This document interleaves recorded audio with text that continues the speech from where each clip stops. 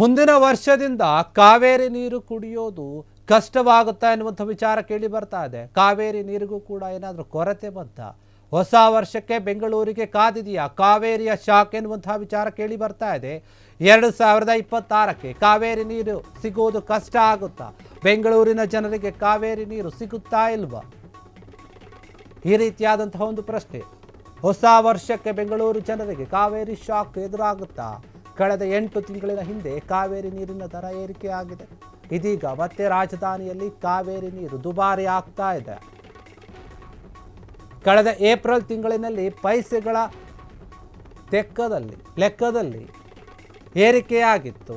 ಮತ್ತೆ ಕಾವೇರಿ ನೀರಿನ ಒಂದು ದರ ಪರಿಷ್ಕರಣೆಗೆ ಬೆಂಗಳೂರು ಜಲಮಂಡಳಿ ಮುಂದಾಗಿದೆ. ಬೆಂಗಳೂರಿನ ಹೊಸ ವರ್ಷಕ್ಕೆ 3% ಕಾವೇರಿ ನೀರಿನ ಒಂದು ದರವನ್ನು ಹೈಕ್ ಮಾಡುವಂತಹ ಸಾಧ್ಯತೆ ಇದೆ. ಬೆಂಗಳೂರು ಜನತೆಗೆ ಮತ್ತೆ ಈಗ ಕಾವೇರಿ ನೀರಿನ ದರ ಏರಿಕೆಯ ಒಂದು ಬರೆ ಬೀಳಲಿದೆ. ಬೆಂಗಳೂರು ಜಲಮಂಡಳಿ ನಷ್ಟದ ಒಂದು ನೆಪವೊಡ್ಡಿ ನೀರಿನ ದರವನ್ನು ಹೆಚ್ಚಳ ಮಾಡ್ತಾ ಇದೆ ಎನ್ನುವಂಥ ವಿಚಾರ.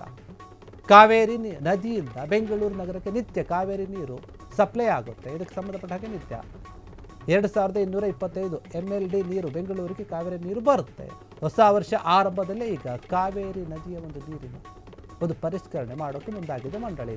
ವರ್ಷಕ್ಕೊಮ್ಮೆ ಕಾವೇರಿ ನೀರು ಪರಿಷ್ಕರಣೆ ಮಾಡಿ ಜಲಮಂಡಳಿ ಆದೇಶವನ್ನು ಹೊರಡಿಸ್ತಾ ಇರುತ್ತೆ. ಹೀಗಾಗಿ ಅಧ್ಯಕ್ಷ ರಾಮ್ ಪ್ರಸಾದ್ ಮನೋಹರ್ ಅವರೇ ವರ್ಷಕ್ಕೊಮ್ಮೆ ಜನರಿಗೆ ಶಾಕ್ ಕೊಡೋದು ಯಾಕೆ ಅನ್ನುವಂತಹ ಪ್ರಶ್ನೆ.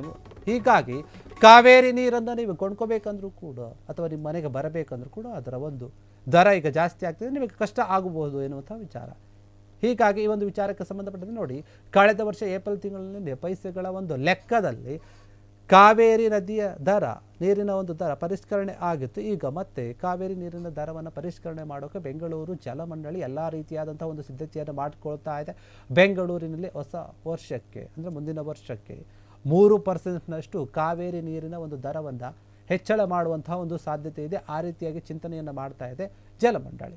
ಬೆಂಗಳೂರಿನ ಒಂದು ಜಲಮಂಡಳಿ BWSB ಏನಿದೆ ಅದು ಬೆಂಗಳೂರು ಜನತೆಗೆ ಈಗ ಮತ್ತೆ ಕಾವೇರಿ ನೀರಿನ ಒಂದು ದರದ ಏರಿಕೆಯ ಒಂದು ಶಾಕ್ ಕೊಡ್ತಾ ಇದೆ ಜಲಮಂಡಳಿ. ಬೆಂಗಳೂರು ಜಲಮಂಡಳಿ ನಷ್ಟದ ಒಂದು ನೆಪ ಹೊಡ್ತಾ ಇದೆ, ನಷ್ಟದಲ್ಲಿದ್ದೀವಿ ಅಂತ ಹೇಳಿ. ಹೀಗಾಗಿ ನಾವು ದರವನ್ನು ಹೆಚ್ಚಳ ಮಾಡ್ತಾ ಇದ್ವಿ, ಹೆಚ್ಚಳ ಮಾಡೋಕ್ಕೆ ನಿರ್ಧಾರವನ್ನು ಮಾಡಿದ್ದೀವಿ ಅಂತ ಜಲಮಂಡಳಿ ಹೇಳ್ತಾ ಇದೆ.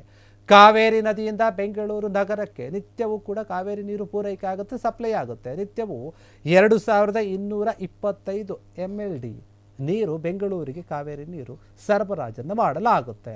ಹೊಸ ವರ್ಷದ ಒಂದು ಆರಂಭದಲ್ಲಿ ಈ ರೀತಿಯಾಗಿ ದರದ ಒಂದು ಪರಿಷ್ಕರಣೆ ಮಾಡೋಕೆ ಜಲಮಂಡಳಿ ಮುಂದಾಗಿದೆ. ವರ್ಷಕ್ಕೊಮ್ಮೆ ಕಾವೇರಿ ನೀರನ್ನು ಪರಿಷ್ಕರಣೆ ಮಾಡಿ ಇವರಿಗೆ ಚಾಳಿ ಆಗಿಬಿಟ್ಟಿದೆ. ಈ ಒಂದು ಮಂಡಳಿಗೆ ಮುಂದುವರಿಸ್ತಾ ಇದೆ ಅದೇ ಚಾಳಿಯನ್ನು. ಹೀಗಾಗಿ ಅಧ್ಯಕ್ಷರೇನಿದ್ದಾರೆ ಅದರ ಅಧ್ಯಕ್ಷರು ರಾಮ್ ಪ್ರಸಾದ್ ಮನೋಹರ್ ಅವರು ವರ್ಷಕ್ಕೊಮ್ಮೆ ಜನರಿಗೆ ಈ ರೀತಿಯಾಗಿ ಬರೆಯನ್ನು ಹಾಕೋದು ಯಾಕೆ ಅಂತ ಪ್ರಶ್ನೆ ಮಾಡ್ತಾ ಇದ್ದಾರೆ ಸಾರ್ವಜನಿಕರೆಲ್ಲರೂ ಕೂಡ.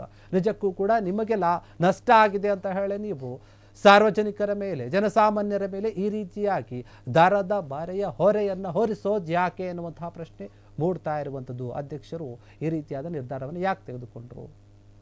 ನಿಜಕ್ಕೂ ಕೂಡ ಜಲಮಂಡಳಿ ನಷ್ಟದಲ್ಲಿದೆಯಾ ಅನ್ನುವಂಥ ಪ್ರಶ್ನೆ ಮೂಡ್ತಾ ಇದೆ. ಸಾಕಷ್ಟು ಅಕ್ರಮಗಳು ಕೂಡ ಕೇಳಿ ಬಂದಿತ್ತು ಈ ಹಿಂದೆ. ಇದರಲ್ಲಿ ಈಗ ನಮಗೆ ನಷ್ಟ ಆಗ್ತಾ ಇದೆ ಅಂತ ಹೇಳಿ ಜನರ ಮೇಲೆ ಹೊರೆಯನ್ನು ಹೊರಿಸ್ತಾ ಇದ್ದಾರೆ. 3% ಹೆಚ್ಚಳ ಮಾಡ್ತೀವಿ ಕಾವೇರಿ ನೀರಿನ ದರ ಅಂತ ಮಂಡಳಿ ಹೇಳ್ತಾ ಇದೆ, ನಿರ್ಧಾರವನ್ನು ಕೂಡ ಮಾಡಿದೆ. ಮುಂದಿನ ದಿನಗಳಲ್ಲಿ ಅಥವಾ ಮುಂದಿನ ವರ್ಷಕ್ಕೆ ಈ ದರ ಹೆಚ್ಚಳ ಆಗುವಂತಹ ಸಾಧ್ಯತೆ ಇದೆ. ಕ್ಷಣ ಕ್ಷಣದ ಸುದ್ದಿಗಳಿಗಾಗಿ ಫ್ರೀಡಂ ಟಿವಿ ಸಬ್ಸ್ಕ್ರೈಬ್ ಮಾಡಿ, ಲೈಕ್ ಮಾಡಿ ಹಾಗೂ ಫಾಲೋ ಮಾಡಿ. ಹೊಸ ಸುದ್ದಿಗಳ ನೋಟಿಫಿಕೇಶನ್ಗಾಗಿ ಬೆಲ್ ಐಕಾನ್ ಮೇಲೆ ಕ್ಲಿಕ್ ಮಾಡಿ.